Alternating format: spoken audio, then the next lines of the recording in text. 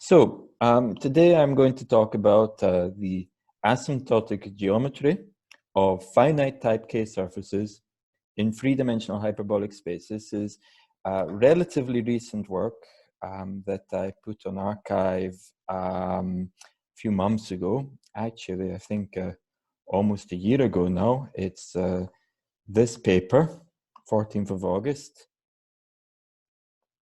The archive link is not here. I can give the archive link to anybody later who might be interested. So let's go into full screen mode. So here we see the little devil that is responsible for all our woes at the moment. So Francois' idea was to call this seminar the Pan-American Geometric Analysis Seminar, which has the abbreviation of Pangolin, which I thought was great. Anyway, so I will be talking about the asymptotic geometry of finite type K-surfaces in three-dimensional hyperbolic space. So in order to get started, we just need to set up our definitions. So H3 will henceforth denote three-dimensional hyperbolic space. A K-surface in the current context will be a pair, SE, where S is a smooth surface and E is an immersion of constant extrinsic curvature equal to K. In general, I'm only going to be interested in K taking values between 0 and 1. I now introduce the concept of finite type. I say that a K-surface is finite type whenever the induced metric is complete and has finite area. This is a non-standard definition. This is a definition that I invented, but it strikes me as very compatible with the usual concept of finite type that one encounters in the theory of integrable systems.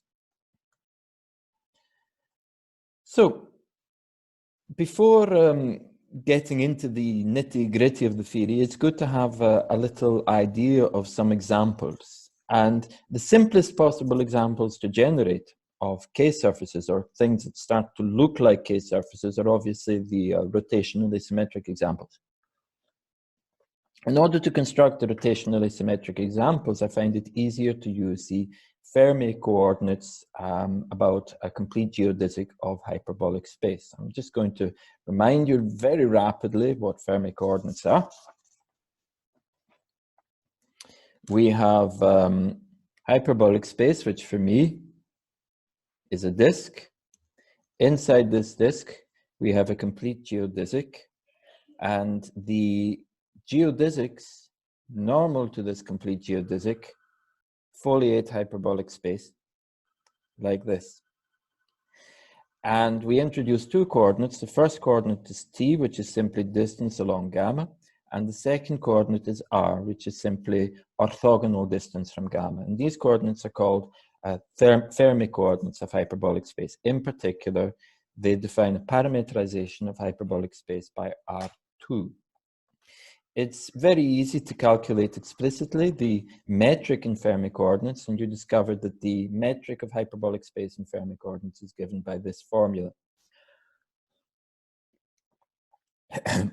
Slightly less trivial is to define this curve gamma, RT, where R is given by this formula, and sorry, this should be T.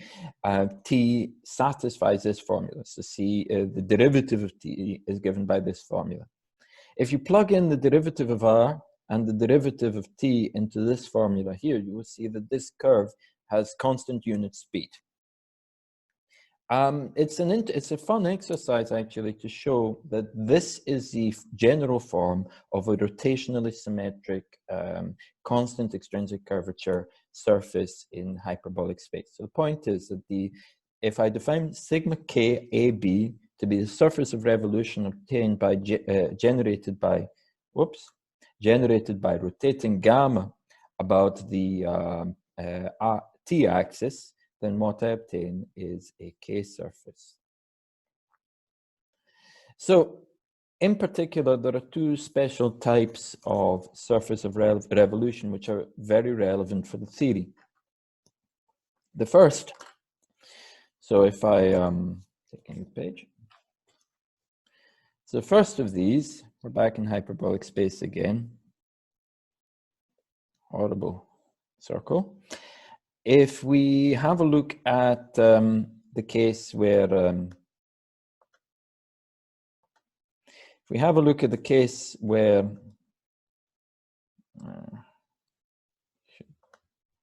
just a second, it's jammed.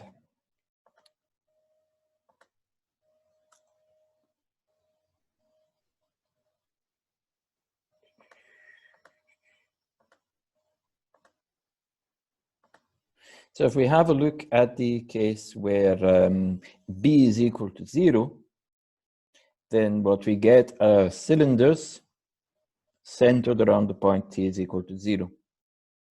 As A tends to 0, as the quantity A tends to 0, what we'll get is we'll get cylinders of ever tighter radius about this geodesic gamma. So what we obtain in the limit as A tends to 0 of these surfaces sigma k b is simply the geodesic. And in actual fact, if we want to hold on to the geometry, what we obtain in the limit is the unit normal bundle over this geodesic gamma. So what we obtain are infinitesimal circles over this geodesic gamma. This particular example models the degeneration of all K surfaces. And so it's very important for the theory because it tells you how limits of sequences of K surfaces degenerate when they degenerate. The other key example for our theory is the case where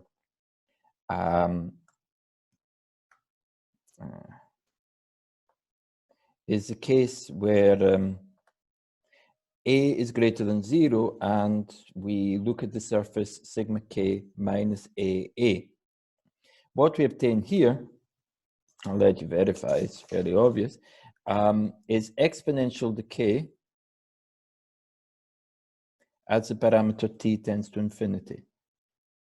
So we obtain a cusp, like that. Very easy to show that this cusp, this part of the cusp, has finite area. And this in fact models the geometry at infinity of all finite type K surfaces, as we'll see presently.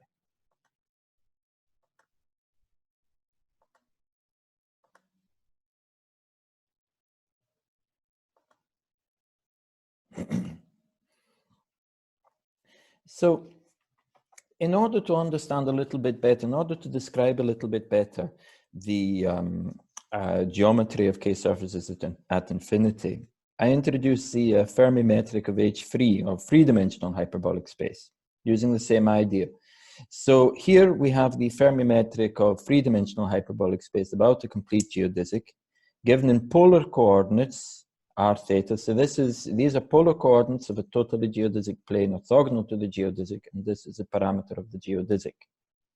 I denote by M, so I denote here by S1 the unit circle, and I denote by MS1 the M-fold cover of the unit circle. So imagine now that I have a smooth function f, which sends the M-fold cover of the unit circle times this half-open interval into R. Given such a smooth function, I can define this immersion E, which sends the same domain into H3 using this formula here, where here I've identified R3 with H3 using the Fermi metric. Okay, so roughly speaking, what this corresponds to, if I just go back to my formula again, so we see that the t-axis here corresponds to the geodesic. So roughly speaking, what I have is I have the t-axis here, I have the r theta plane here, which is in polar coordinates, and I imagine graphs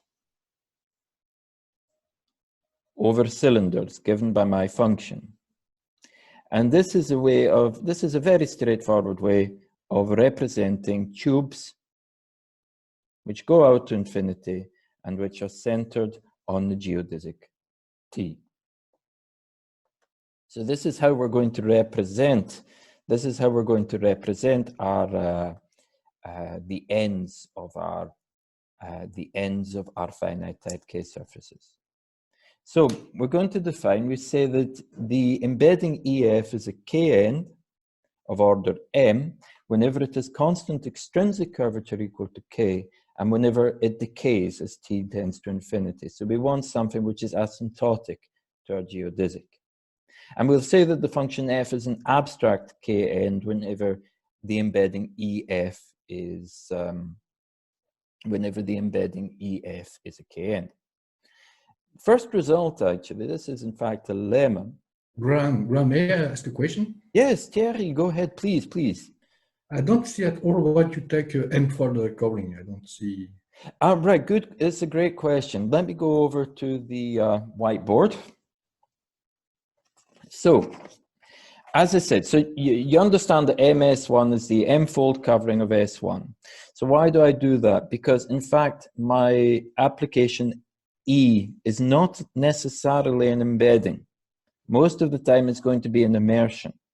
And most of the time what I'm going to expect is I'm going to expect tubes that turn, a finite number of times about the t-axis.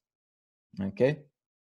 So in your formula, there's something we don't see the covering. You mean the M-fold covering is a cycle? Right. Okay. Yes. So I don't see why the covering map appears in your formula. Okay. Yeah. Let me go back to how shall I write this down? So what I say is, yeah, I see what you mean. I see what your problem is. The notation is a little bit funny. So here what I'm going to do is I'm going to identify MS1 with 0 to the interval 0 to pi m, or if you will, r divided by 2 pi m times z. Okay, now here I'm going to cheat. So let theta be a point of this interval. Okay, then theta is going to project down to a point in the theta tilde is going to project down to a point in the interval 0 to pi, okay, which I can call theta. So this is theta of theta tilde. Okay, let's go back to the formula that I wrote here. Yes, I see that I could have written this a little bit better. So EF here, okay, should be EF of theta tilde t is equal to f of theta tilde t, theta of theta tilde t. I'll write that down just to be very clear. EF of theta tilde t is equal to f of theta tilde t, theta t. So we see that here, theta wraps m times around the circle as theta tilde wraps once around the circle. Sorry, I finished this, I finished the PDF only yesterday. I wasn't able to clean up all the errors. So anyway, so this gives a nice way of describing M-fold coverings of cylinders which turn around the geodesic, which turn around our central geodesic.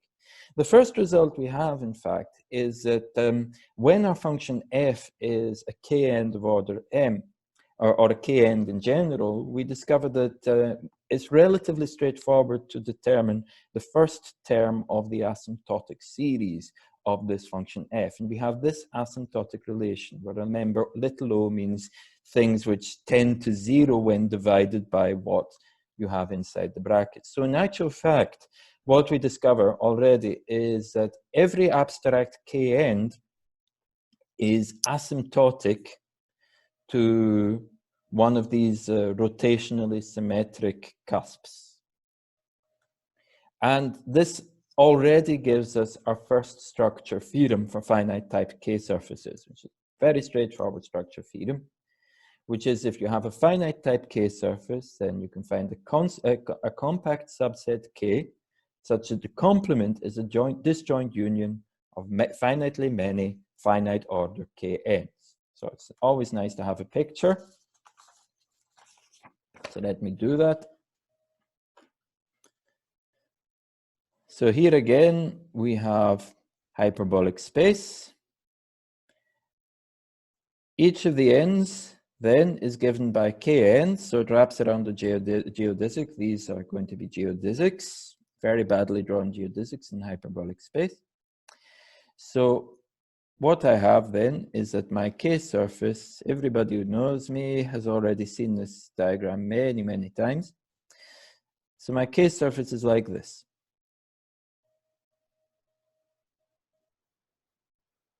We have a compact set K.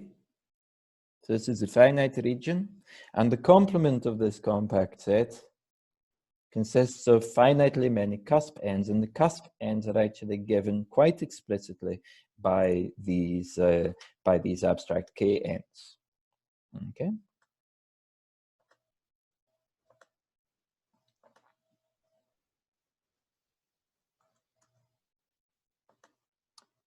Just a second. I'm discovering that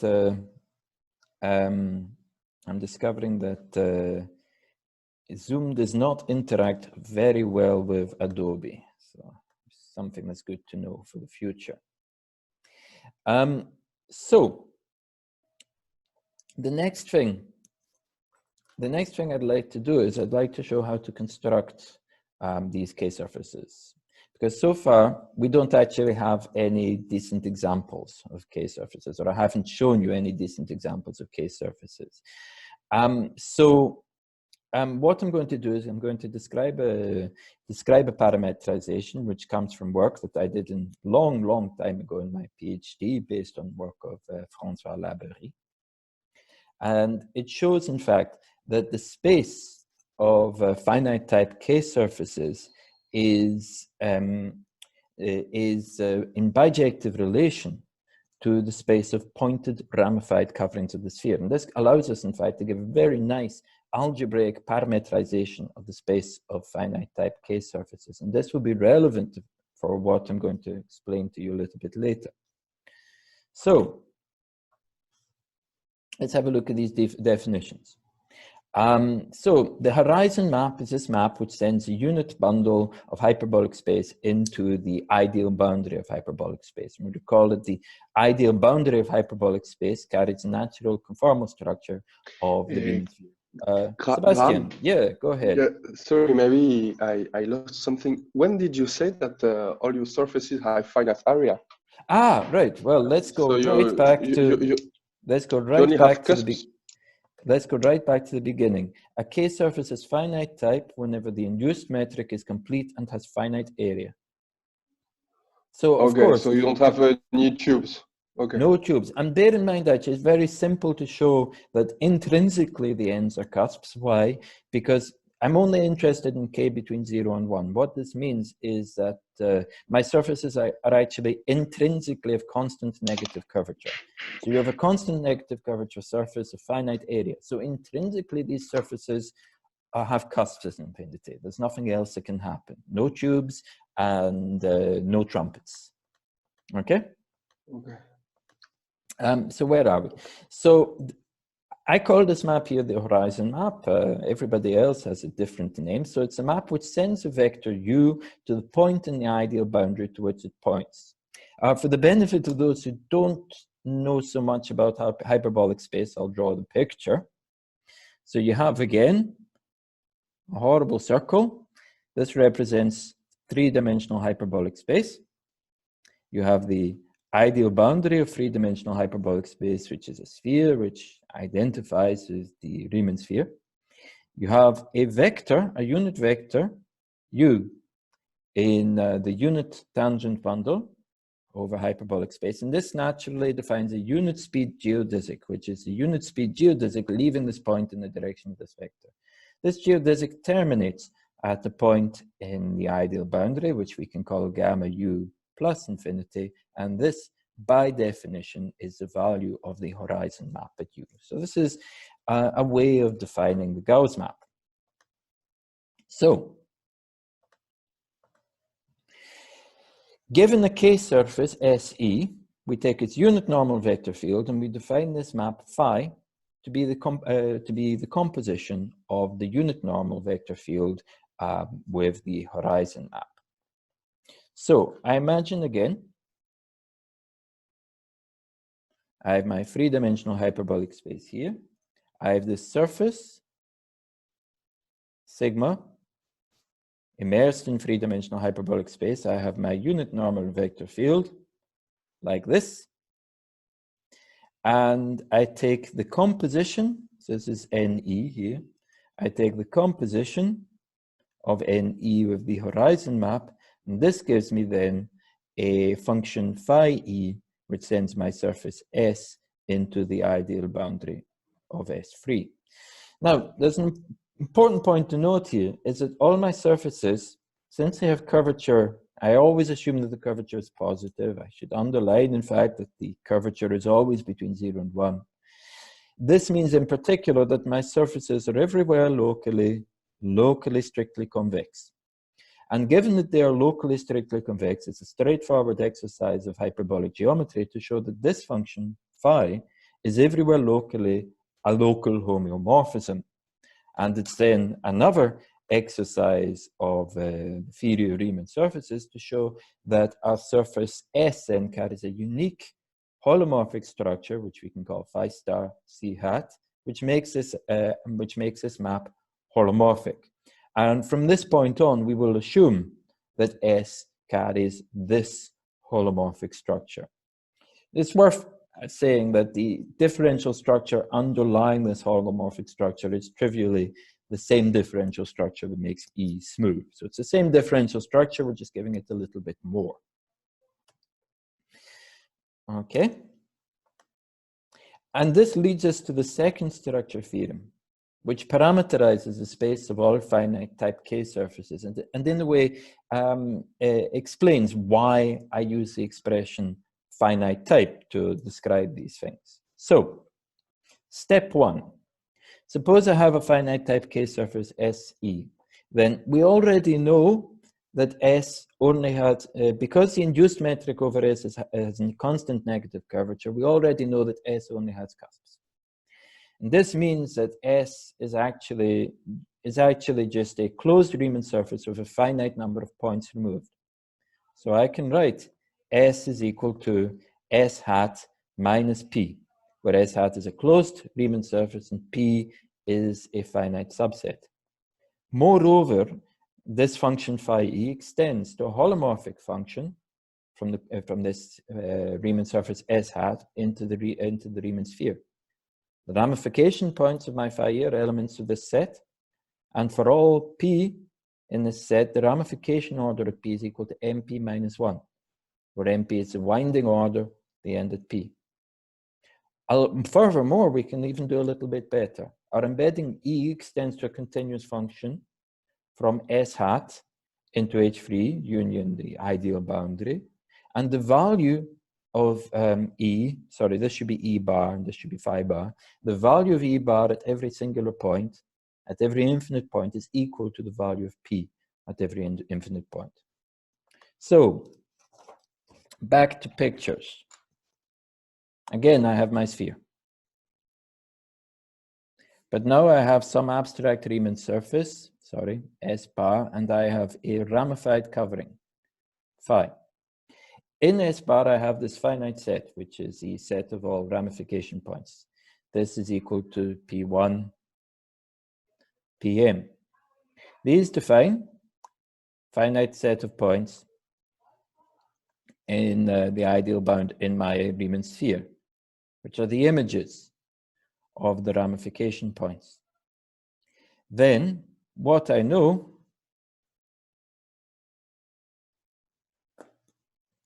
so this should be, sorry, this is phi E. What I know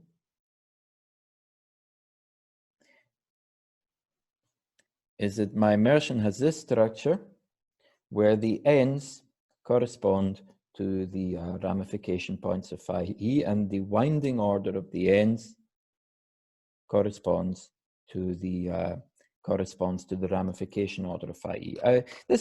A moment's thought shows that this shouldn't really be very surprising. But what this means, in particular, is that this allows us to parameterize the space of K surfaces. So now introduce a new concept. We say that the pointed ramified covering of the Riemann sphere is this triple S bar P phi, where S bar is a closed Riemann surface and P is a finite subset. And phi is a holomorphic function whose ramification points are in C. So we'll call the space of all pointed ramified coverings R. And then what we discover, in fact, is that for every pointed ramified covering, there is a unique finite type K surface with this pointed ramified covering. So in fact, once I know phi, I can construct my K surface. Given my K surface, I can construct phi. Once I know phi, I can construct my K surface. So we have this nice bijection. In fact, we can do a hell of a lot more, because the space of pointed ramified coverings of C hat is stratified by smooth complex manifolds. Yeah, Thierry, go ahead, please tell me. In your theorem, can you go back? You specify where specially as the images. You already, it's not up to isotopy. Right, yeah, that's a great question. So if you have a look at the introduction of my paper, you'll see that, yeah, you'll see that,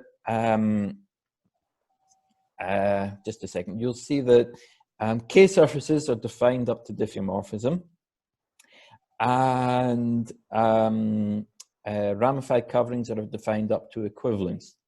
Okay, because this is a talk, it's a little bit informal. I'm not going into the details of that, but bear in mind the François theorem is actually concerns the explicit ramified François theorem. Sorry, my theorem with François actually concerns the explicit ramified covering, which is to say, if I have, let's go back here, if I have my embedding E, which sends S into hyperbolic space, and phi E is explicitly defined, okay, forget isotopy, forget anything. Conversely, if I have phi E, then you can go backwards, and E is explicitly defined. Again, forget isotopy, forget anything. So you actually have a smooth bijection between these families of functions, not equivalence classes. Okay? So, but you can, because of uniqueness, you can apply equivalences, and then you get this nice bijection between the space of ramified coverings and the space of K surfaces. Now, I'm going to have to be a little bit honest. I always forget. At this time in the morning, I'm never very good at talking about equivalence classes and isotopy and that sort of thing. So I won't be able to give you a clear explanation of that particular aspect of the details right here, right now. This is very simple. I just simply ask the data. I didn't have the time to read it enough. You have a map. You have the map phi from to the sphere, so you know the image is okay. Mm-hmm. Yeah, exactly. You have a map. The data is phi. This gives you an immersion. Every phi gives you a unique immersion. Every immersion gives you a unique phi. You've actually got a nice smooth diffeomorphism, in fact. Well, here's the point. Actually, the space of ramified coverings actually has a stratification, where each stratum is given. Each stratum is given by the images, is parameterized locally by the images of the ramification points. And this gives you a stratification of the space of K surfaces by smooth complex manifolds. And you can actually show that the space of K surface is also stratified. In fact, it's simply stratified by the number of extremities, the number of ends, and the winding orders of these ends. And it's fairly straightforward to see. It takes a little bit of analysis to prove. It's just technical stuff that this identification, which sends E to phi and which sends phi to E, actually defines a diffeomorphism between these two strata, between these stratas. What you have, in fact, is a nice, quite a nice map between two different types of moduli spaces. But what this means in particular is that anything you say about K surfaces is also a statement about pointed ramified coverings of the sphere. And the two are equivalent.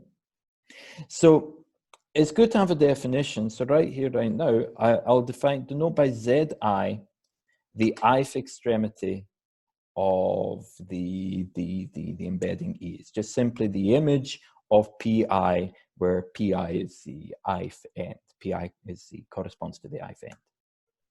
So here we come to the first interesting result about K surfaces.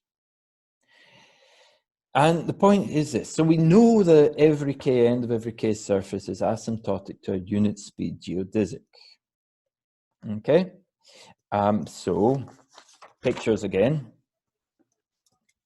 If I now take the upper half space model of hyperbolic space, it's easier to draw in a circle. If I have a K end,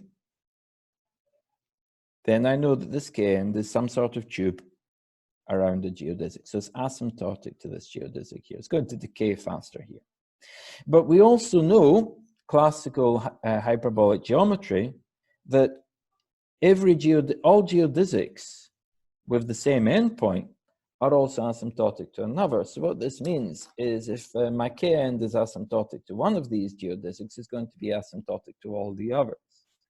So the first fact, which honestly for me I found rather surprising, is that there is a preferred geodesic in the center of this end. So in order to define the preferred geodesic, you need to do a little bit of work. So first introduce a cute little concept, which is the Steiner curvature centroid.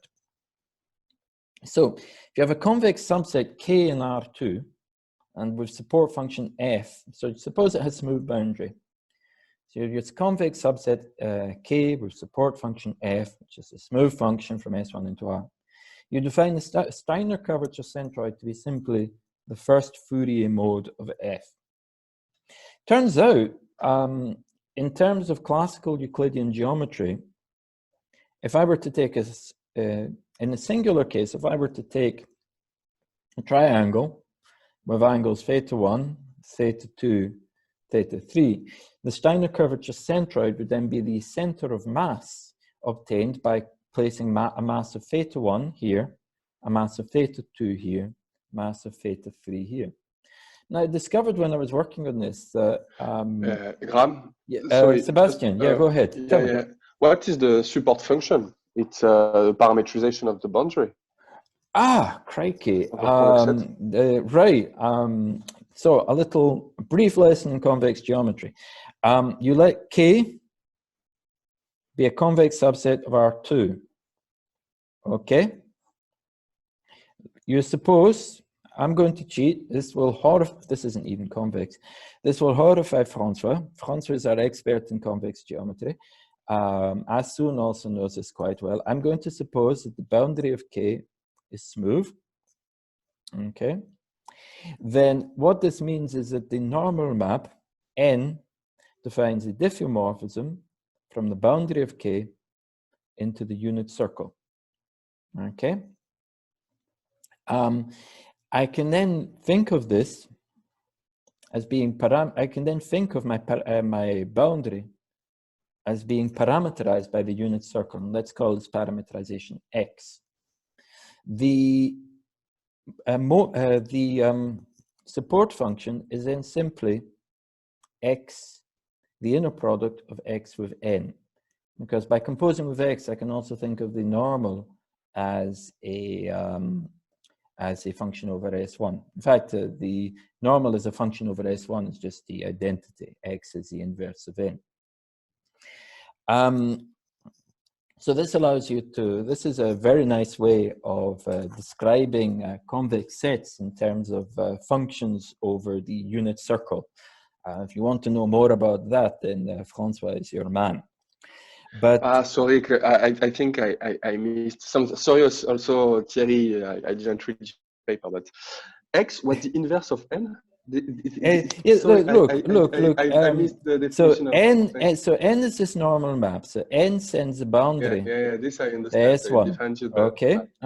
So Yeah, you just said, so this means that since n is a diffeomorphism, this means that S1 parameterizes the infinity case. So if I define this position to be n minus 1, this gives me a parameterization of my boundary.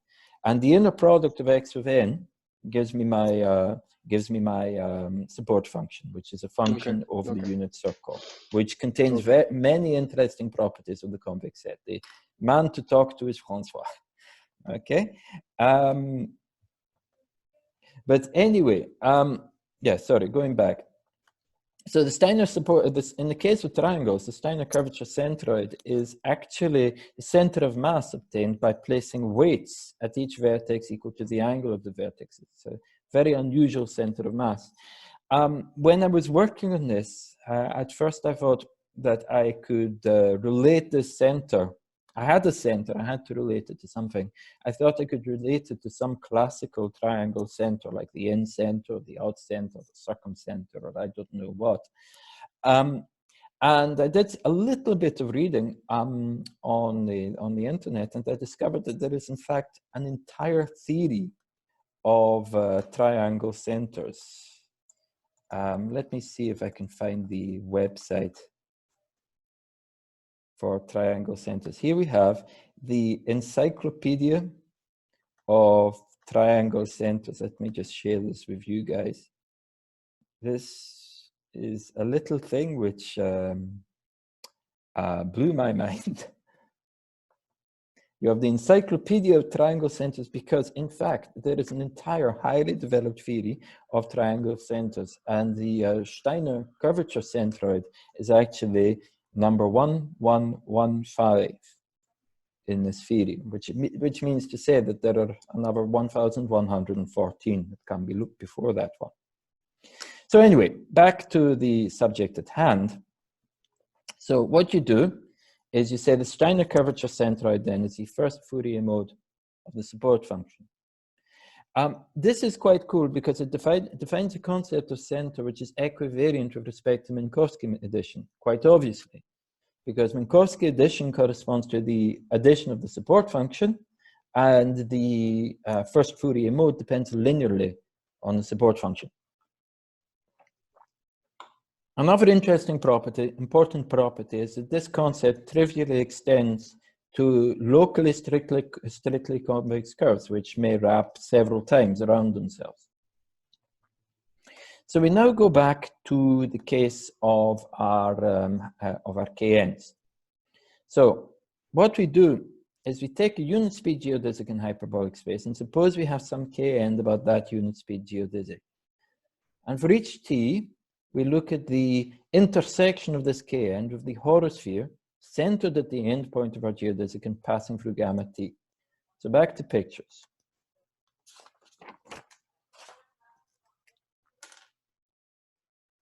So here's our geodesic in hyperbolic space.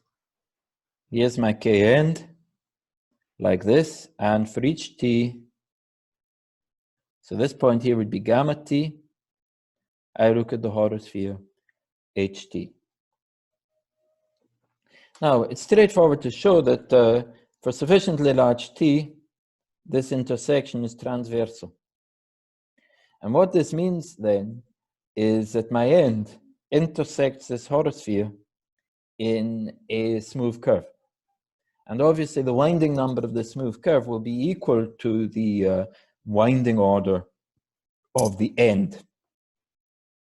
Now, we all know that horospheres have constant extrinsic curvature equal to 1, which means that they are intrinsically Euclidean, which means that the theory of support functions and so on also applies to curves within horospheres. And in particular, for each t, I can define my Steiner curvature centroid, C gamma, at t of my end. So what this means is I obtain then a smooth curve, C gamma, which starts at some large t. We have to wait until t is sufficiently large that our end is transverse to the horosphere, but that will happen. So we have this curve C gamma, which sends this interval into H3. And for each t, C gamma t is the Steiner curvature centroid of these intersections. If we go back to, so here we have the definition here. Now here we have a nice theorem, which tells us that for any k end, in fact, this gives us a little bit more structure. For any k end, in fact, we can discover a unique unit speed geodesic, which is asymptotic to its curve of Steiner curvature centroids. Because you see here that the decay rate of the decay, what's important here is that since k is between 0 and 1, the decay rate here is faster than exponential of minus t. This means, but remember that in hyperbolic geometry, two distinct geodesics with the same endpoint will approach one another at the speed of exponential minus t. So what this means then is that the Steiner curvature centroids are approaching this geodesic faster than two geodesics approach one another.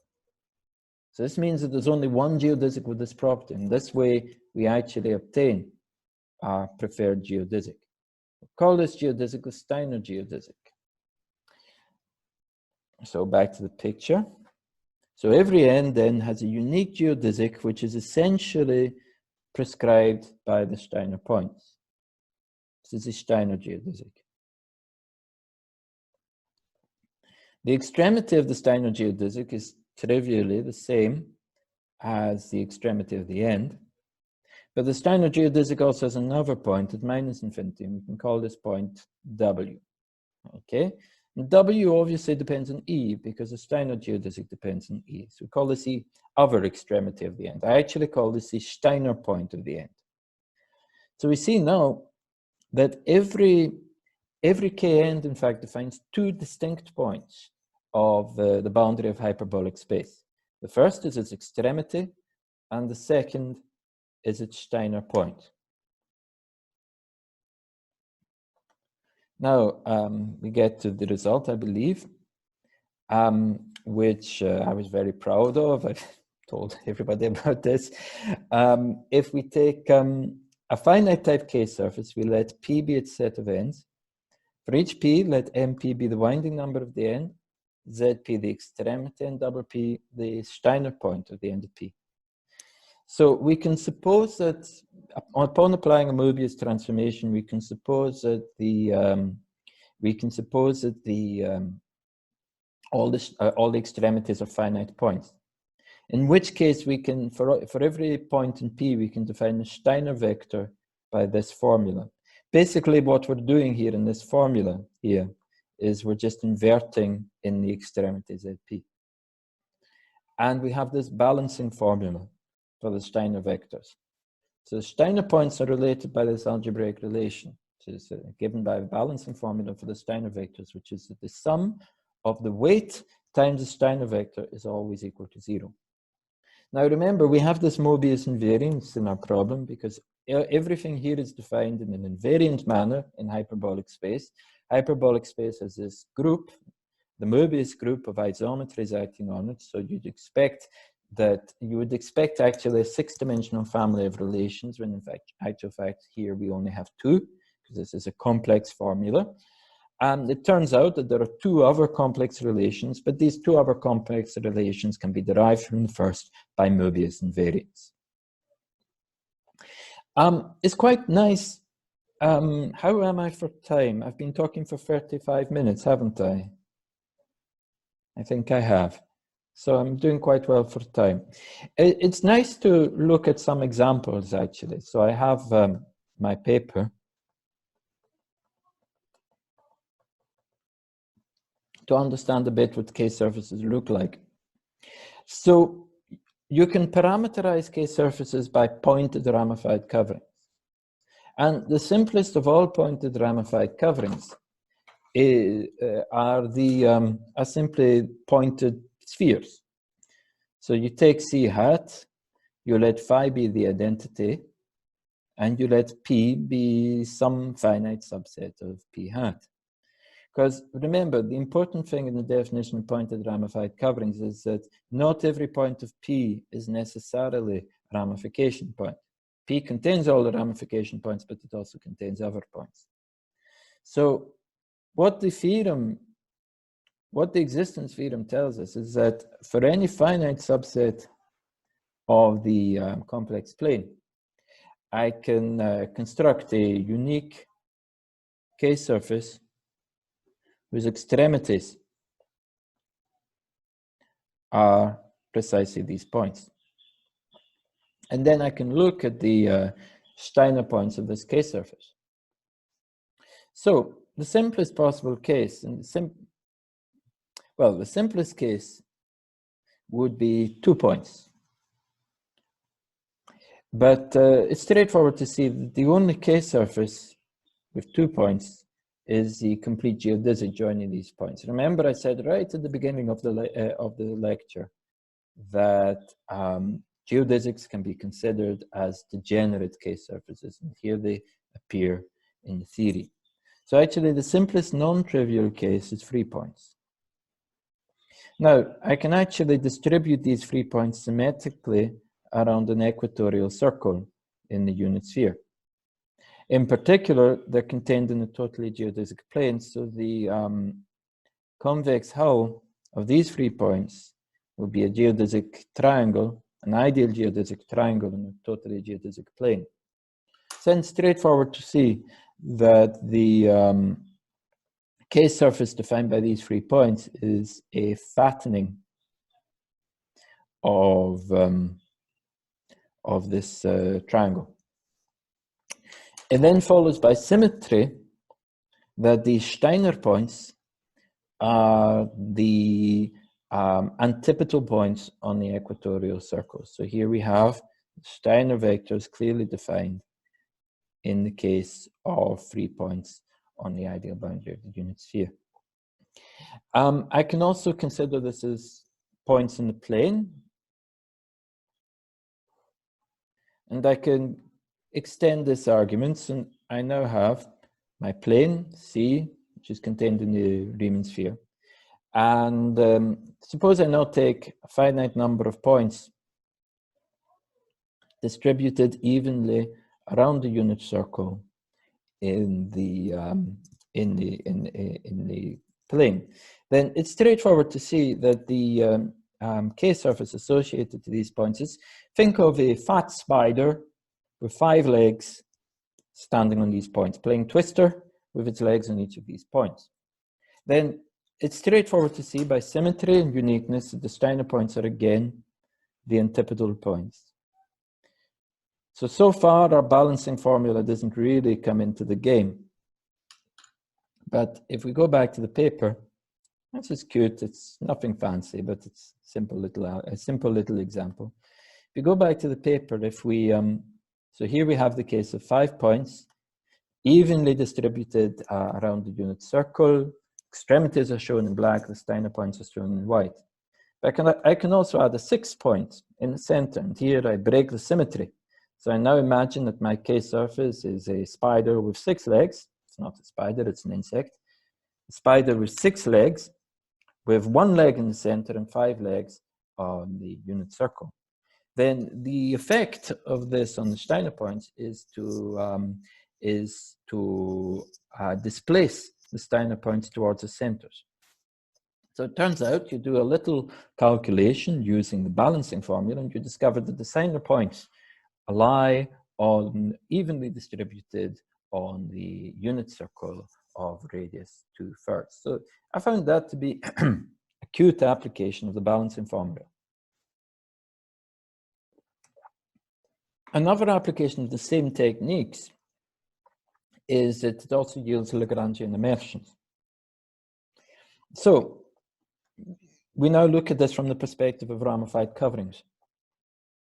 So you take any ramified covering of the Riemann sphere, and you take the stratum contained in that ramified covering. Recall we said that the stratum is a smooth complex manifold parameterized by the images of the ramification points. Remember that, so for each end in our K-surface, we have 2 points. which are distinct, namely the extremity and the Steiner point. So the image of this map F, which is extremity, Steiner point, and so on, the image of this map F is lives in the n-fold Cartesian product of the off-diagonal, the set of all non-diagonal pairs of C hat times C hat.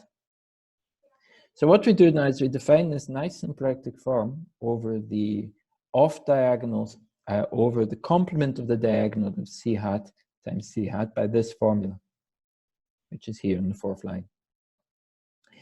And it turns out, in fact, that the function f, defined using the extremities and the Steiner points, always defines, for all k, defines the Lagrangian immersion of the, it defines the Lagrangian immersion of the stratum into the n-fold copy of this complement of the diagonal furnished with a weighted symplectic form. So what this means, in fact, is that the Steiner points, from a physical perspective, the Steiner points are actually conjugate variables to the extremities of the surface. So I wanted to say a few words about the techniques used. Hidden behind these two main results is a Schläfli formula, and that's really what makes the results work. But in order to get the Schläfli formula, you have to do a little bit of work. And there are two particular features which I thought were quite nice, which I'd like to share with you. The first is Darboux coordinates, which are a way of representing the upper half space model. As the years go on, I really do not know if this is a good thing or a bad thing. I've found myself enjoying more and more collecting different parameterizations of different spaces. I discovered more and more how nice it is to know explicit parameterizations of different objects. I really don't know if that's a good thing or a bad thing. But Darboux coordinates then are a way of representing the unit sphere bundle over hyperbolic space. So recall that the unit sphere bundle is a 5-dimensional, its total space is a 5-dimensional submanifold of the tangents of the total space of the tangent bundle of H3. Recall that the tangent bundle of H3 is a symplectic manifold with a natural uveal form, given by this alpha here. And the restriction of this uveal form to the unit tangent bundle is a contact form. So this space has a natural contact structure. And recall that Darboux theorem tells us that around any Legendrian submanifold we can find coordinates which are symplectomorphic to R times the tangent bundle of that Legendrian submanifold. And it turns out in the case that we're studying here that the Darboux coordinates, explicit Darboux coordinates, are very helpful in studying this problem. Now, if you sit down and you do a lot of work, give yourself a bit of a headache, but try and think in terms of rotational symmetry especially, you end up discovering that the Darboux coordinates about a complete geodesic, about the unit normal bundle over complete geodesic, are given by this. So recall that the unit normal bundle over a complete geodesic is in fact a Legendrian submanifold. So you should have Darboux coordinates about this thing. And bear in mind at the same time, the unit bundle over a complete geodesic is actually the degenerate K-surface and also the limit at infinity of every cusp. So when you want to model cusps, you will really want to model them, sorry, if you want to model KNs, you really want to model them in the Darboux coordinates. Now, observe a few things. X is actually an angle because it appears on the right-hand side inside cosinus and sinus. Translation X corresponds to rotation. Y, in fact, is a scaling factor. It corresponds to hyperbolic translations along the geodesic. And actually, so the X factor corresponds to rotations around the geodesic. Y corresponds to hyperbolic rescaling of the geodesic. And it turns out that translations away from the geodesic have a relatively straightforward representation in Darboux coordinates, which are related, it turns out, to support functions. So I won't be able to explain that here. In particular, so suppose that we have now an abstract k and f. And we can define f hat, which sends the m-fold cover of S1 times the half-open interval into R3. Sorry, this should be R5 here, by this. So this is actually a parameterization of the unit normal bundle over our k-end. And we know that the unit normal bundle over our k-end is also Legendrian submanifold of our of the unit normal bundle of H3. Now you'll notice here how we have the derivatives of f with respect to phi and t here, which means to say in this component here, what we have in fact, especially when t is equal to 0, is the gradient of f. And for anyone who knows convex geometry, this means that for any fixed t, f is actually a support function of a curve inside a horosphere. So this is where convex geometry is entering into the game. Now, it's straightforward to show, straightforward, very technical, lot of work, but it's straightforward to show that f is an abstract kn whenever it satisfies this second order partial differential equation, nonlinear partial differential equation, where here f is an big F is an analytic function which vanishes up to order 2 at 0. So this is the first little tool. The first tool are these Darboux coordinates, which really, on the face of it, fairly trivial, but really they're really good at simplifying everything. Everything becomes a lot clearer. Everything about these K-surfaces becomes a lot easier to understand in Darboux coordinates. The second is a rather fun little fact that I discovered about nonlinear separation of variables. My favorite course, in fact, I love teaching undergraduates, and in fact, I love teaching engineers. And my favorite course is, in fact, mathematical methods for engineers, which includes separation of variables. So, brief revision of separation of variables. If you have a bounded function defined over S1 times the half-open interval, which solves this linear partial differential equation, then the general solution is given by this Fourier series. The fact that it's bounded ensures that every component decays exponentially. It eliminates all the terms which have exponential growth. The question is, what do you do in the case where your equation is unbounded? And it turns out, and I'll be honest, I have not found this anywhere in the literature, but it's very nice. It turns out that a solution to this, a bounded solution of this equation, has an asymptotic series. The series no longer necessarily converges, but it behaves asymptotically. It approaches f. Every finite sum approaches f asymptotically. There's this asymptotic series. The question is, what is the index set? The index set is the additive subsemigroup of R times R generated by these. Now, if you have a look at these, the points of this M0, these are precisely m square root of c squared plus m squared. These are precisely the, this should be negative here, and this should be positive. I got the signs wrong. I got the signs wrong in the exponents of the asymptotic series, but all very well. You see that the points in the generating set are precisely the exponents in the linear version.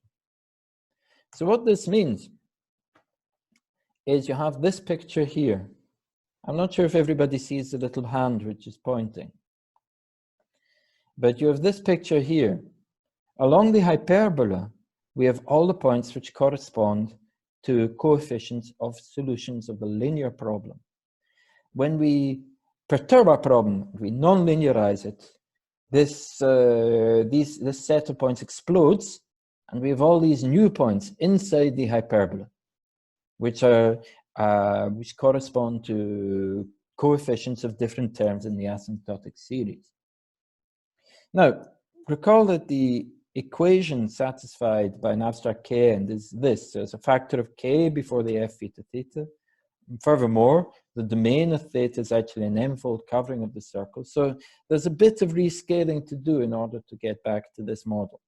When you do this rescaling, you discover that there are 3 points which are always elements of the index set, regardless of k and regardless of m. And these points are 0, 1 minus k, square root of 1 minus k, and plus or minus 1, 1. Here, here, and here. It turns out that the coefficient of the first of these points is exactly the radius of the cusp. This corresponds to this formula at the end of this page.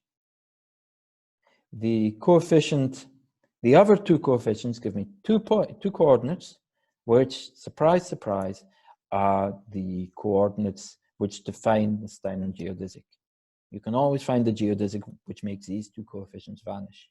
And in fact, with the translation properties of Darboux coordinates, once you know this, is just a question. Once you know this, obtaining the Steiner geodesic is simply a question of subtracting a certain straightforward function from f, and you're done. Okay? So, these are, as far as I'm concerned, these are essentially the main ingredients sitting behind these 2 main theorems, namely the balancing formula and Lagrangian immersions.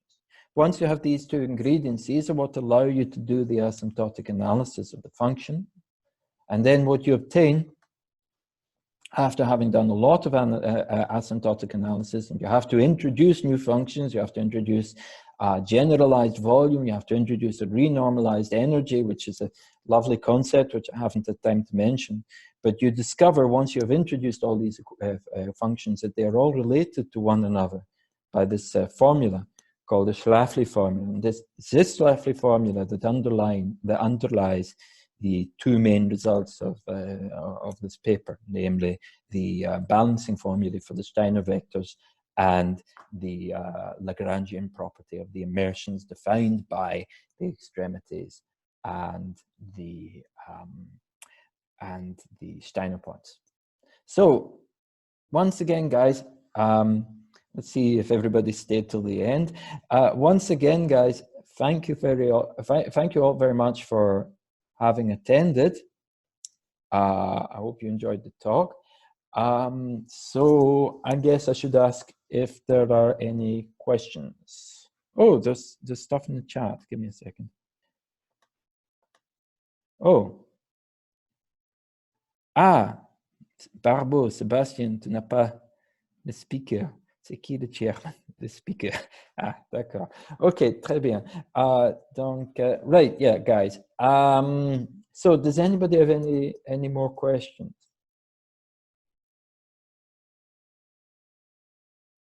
Silence. Can everybody hear me? Yes, we hear you. Good, good. Okay, Asun, are you there? Are you?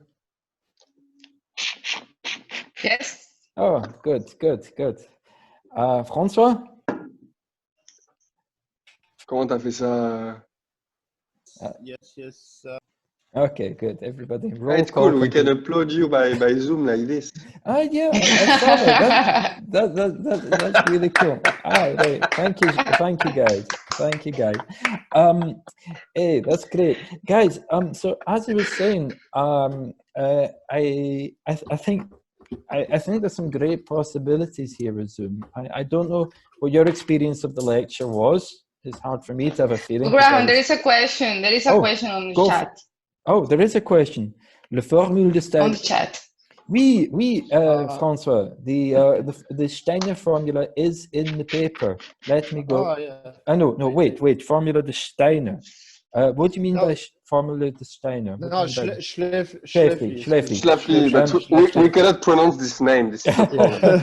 the Schläfli formula is indeed in the paper, and in actual fact, strictly speaking, is probably the main result of the paper.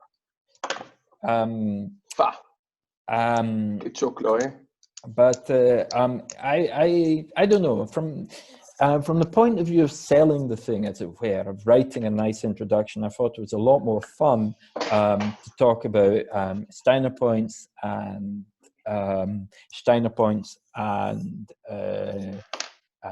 Lagrangian immersions.